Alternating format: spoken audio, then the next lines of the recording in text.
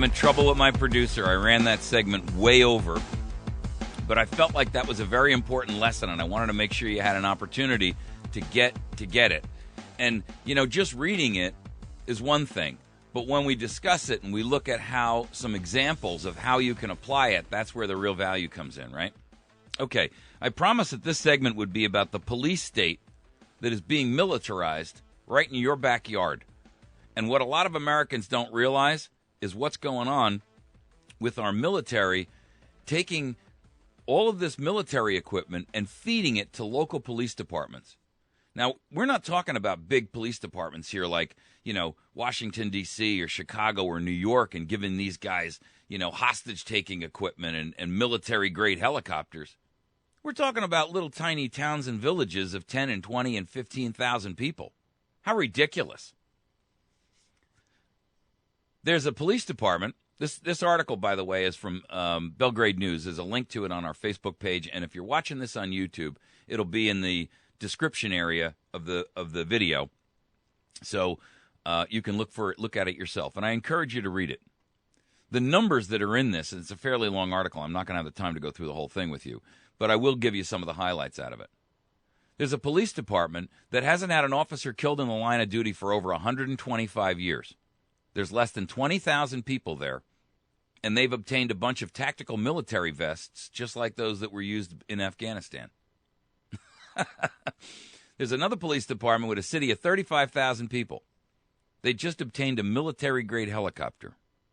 I mean, for what? What possible use does that police department have for a military-grade helicopter? 35,000 people. I mean, come on, folks. That's ridiculous. What possible use do the police at Ohio State University have for getting? This is an up-armored MRAP. It's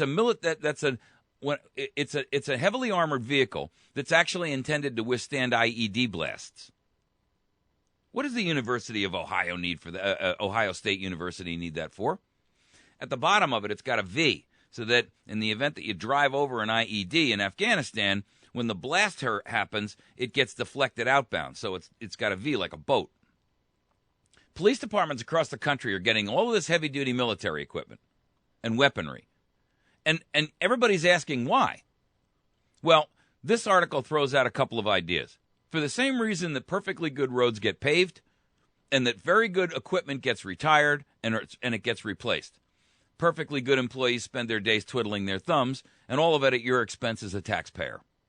Because it's make work. You see, government is overbloated in every respect, in every area, almost exclusively. They're all screaming, we're underhanded. But you walk in and you see all these people sitting there in cubes or desks or behind the counter or maybe sitting in a squad car. The truth is, they're really not understaffed. They're just looking for a bigger budget. And that's the number one way they can get budget, is by saying, we need more personnel. So the truth of the matter is, the other area that is causing this is that the military is retiring a lot of this equipment far earlier than it normally would. Well, first of all, the war in Afghanistan and the war in Iraq are winding down. At least we think it's winding down in Afghanistan. Now they're talking about signing a new status of forces agreement that'll keep us there indefinitely. What an idiotic thing to do. We should have never been over there in the first place, nor Iraq. But the fact is that they have got all of this equipment, and now that they're coming back, they're just dumping this equipment into communities, towns and cities and villages, and big cities too. But, we don't really need, the University of Ohio doesn't need an MRAP. It really doesn't. They say they're going to use it for hostage situations. Well, how many hostage situations does the Ohio State University really have? And under what auspice have they become a government entity that actually has the right to own a military vehicle? Why do you need a military-grade helicopter for a city of 35,000 people? All of this is basically, and there's a book out there by the guy who wrote this article. His name is John Whitehead. He wrote a book called A Government of Wolves, The Emerging American Police State. And basically what's happening is they're doing this through these federal programs that allow the military to, quote, gift this battlefield appropriate equipment to these local domestic police departments. Well, here's the problem. This is a bit of a Trojan horse because first of all, most cities and towns don't really have the budget to go out there and buy a military-grade helicopter. These MRAP vehicles cost $300,000 a piece. So, I mean, if they've got the budget for that, why aren't they hiring more police officers? And honestly, when they're asked, why are you buying this, they don't have a legitimate answer. Oh, well, for warrant service. Warrant service for what? I mean, it's not like, you've got organized crime and the Lucchese family living in the middle of Bent Elbow, Louisiana. Come on, man. This is ridiculous. What this stuff is doing is changing the mindset of you and your relationship with your local police department. What's happening is these police departments are getting all of this stuff, and they're geared up for war. Then they go home and they play their video games, and they get all pumped up about it. Then they go out and they do some training, and now they've got all these goodies and all these new toys and all this shiny new training under their belt, and they want to use it. The problem is they don't have any legitimate real criminals to use it against. They're transforming local police departments, and the DHS, by the way, is one of the primary perpetrators of this. They are funding and transforming these local police departments into small armies and like small squad-like army forces. They're putting this equipment into the hands of these law enforcement people who, frankly, don't have the training, and two, they don't have the necessity for it. And this is intimidating stuff, folks. I mean, this strategy of militarizing our local police forces has gone way overboard. In Montgomery County, Texas, the sheriff's department there has a $300,000 pilotless surveillance drone. Now, this is the same drone that they've been using over in Pakistan to hunt down al-Qaeda terrorists. What the heck do they need that for? In Augusta, Maine, that's a town, by the way, with less than 20,000 people, and that's the place where the officer hasn't died from gunfire in the line of duty in more than 125 years. The police bought 8 of these $1,500 tactical vests. Not bulletproof vests. These are vests that are designed to withstand, explosions and high-caliber rifles, right? Not just your average thug with a .38. Police in Des Moines, Iowa, bought 2 $180,000 bomb disarming robots. 2? I mean, I didn't realize Des Moines was such a hotbed of extremist activity. How many al-Qaeda members live in Des Moines? An Arizona sheriff just got and just took possession of a surplus army tank. Really? I mean, exactly what is it that you're going to do with that? You guys can't even patrol our borders, for crimini's sake. What are you going to do with a tank? Small counties and cities throughout the country are being gifted with, listen to this, 20-ton mine-resistant ambush-protected vehicles. Now, that's what an MRAP is. It's a mine-resistant ambush-protected vehicle. All right, I told you before, it's got a V on the bottom of it like this. So instead of a flat bottom like your truck, it's got a V. And that way, if you drive over an IED or an explosive device, it deflects the explosion outward instead of up through the floor, and everybody inside gets cremated, right? These MRAPs are built to withstand these kinds of blasts, and they are completely unnecessary for domestic policing. And these things are fully armored to the point where they can accept rifle bullets, and they ping off them like off of the back of Godzilla in an old bad Japanese movie, right? And yet, police in Jefferson County, New York, Boise, Idaho, Nampa, Idaho, as well as High Springs, Florida, they're all buying these MRAPs. They're buying them right here. I think it was... Lebanon, I think it was Lebanon, Missouri just got one. For what? I mean, that town is tiny. The truth is, what they say is they need them for officer rescue, hostage scenario, and bomb evaluation situations. Really? I mean, when was the last time you had an officer rescue that needed to occur in your town? I mean, unless you're telling me you live in Chicago or L.A. or New York, or you live in St. Louis, in the heart of St. Louis or Kansas City. And even then, let me tell you something. This is inexcusable that we are providing this level of equipment to police. Because I can tell you that the goal of this is really not for an officer rescue or a hostage scenario or a bomb evaluation. What they really are doing is, well, first of all, the one in Ohio State University, it's actually going to be used for crowd control at football games. The truth is, they are taking control and taking possession of this equipment because they're really worried about you. They are concerned when the EBT card doesn't get filled up, when the rent stops flowing.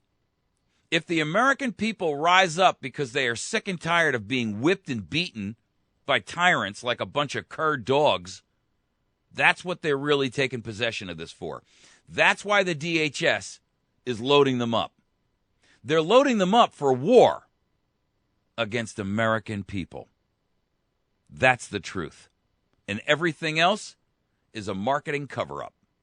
Don't buy it, and don't allow your county, your police department, to do it. If they've got that much excess cash, that they've got $300,000 laying around, then give your taxpayers a return on their money. 13,000 agencies in 50 states and 4 U.S. territories are in this military, and you know what the military calls it? A recycling program. Well, wait until you hear what the staggering numbers are. Since 9/11, the original 9/11 back in 2001, $35 billion worth of this equipment has gone to police departments around the country. $35 billion. We're talking a significant level of armed forces being domestically instituted and implanted in your city, your town, your county, your village. And that, ladies and gentlemen, is unconstitutional. They are building a standing army, according to Barack Obama, as well funded, as well equipped as our military. And that is treason. The other side of this is, what this does is it keeps the military-industrial complex in business. They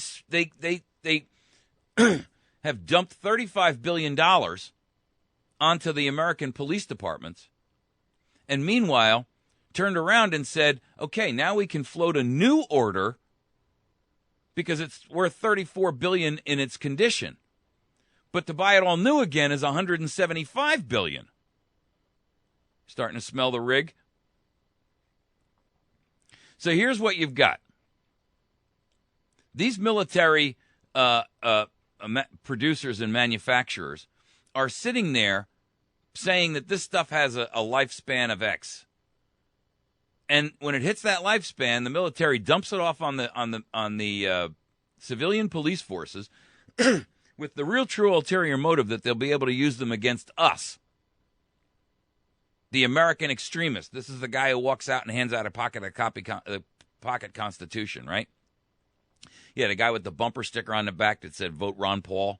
The guy who's got the bumper sticker that says, audit the Federal Reserve. Yeah, those terrorists. Meanwhile, they're recycling all this, and they're doing it in a very dangerous method. Because the police who are acquiring all of this gear are not American soldiers. They don't have the training for it. They don't have the mindset for the military. And in fact, what they're being taught is that we are the enemy. And they are no longer involved in community policing. What they are involved in is they envision themselves now living surrounded by hostiles. You see the problem? You are now an enemy to be dealt with, not by not by the idea of a police force that is there to protect and serve, but with the military mentality of destroy. And there's a big difference. The military doesn't go in there, and they don't train their people to go in and keep peace in a community. The military is trained to destroy. And that, ladies and gentlemen, is a dangerous mindset for Joe Sixpack, the local cop. Yeah, the one with the pot belly. Not a good idea. The truth of the matter is, these cops are now actually playing the part of soldiers on domestic soil. They're doing it with equipment and training that they're getting from the military and from the Department of Homeland Security. This is an unconstitutional standing army being built in your backyard. And I'm telling you, just like I've said to you before, all this data collected by the NSA cannot have a good outcome for you. You cannot find one legitimate thing that will benefit you by somebody having all that information on you. And I'm going to tell you something right now. There is not one legitimate beneficial thing that you as a citizen will experience as a result of a standing army growing up in your midst. That's where we're headed. That's why we're headed that way. They are essentially making sure that they are in a position where you are an enemy combatant. I got to tell you, all you got to do is go to the Cato Institute and look up their track record that they maintain on the abuse of law enforcement. How many innocent people are killed because they kick in the wrong door? And Grandpa trots out with his double-barrel shotgun thinking he's being house invaded by a bunch of thugs. Well, he is. The only difference is these thugs, yes, they're in black. Yes, they've got ski masks over their face. The difference is they've got this little tiny thing on their shoulder it's a badge. But he doesn't see that. He's in a blind panic. He just heard his door get pounded in. He comes running out with a double-barrel shotgun and blam, blam, blam, blam, blam. 8 MP5s go off in full auto, and there's Grandpa riddled with bullets. Oops, sorry, wrong house. Think I'm joking? Literally thousands of deaths per year in the United States that are by mistaken identity. I'm going to stop. I'm going to pause that right there. And I didn't mean to say thousands. Hundreds.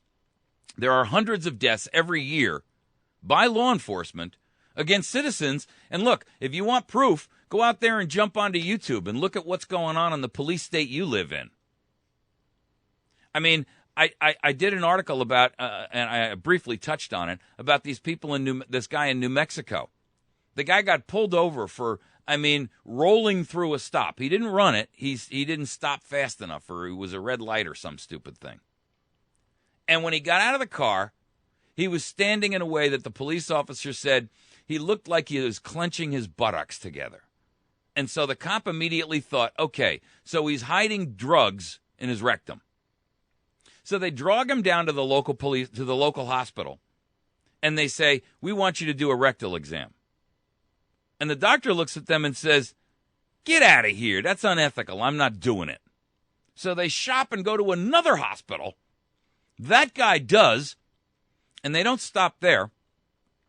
They go in and they do 2 enemas, an X-ray, an internal X-ray, a colonoscopy, 3 rectal probes. 8 times they went into this guy's rear end.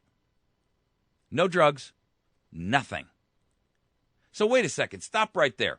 Are you trying to tell me that somewhere between the first and the second investigation, or the first invasive invasion of this guy's rectum, you didn't determine that there really wasn't any drugs and it wasn't worth continuing?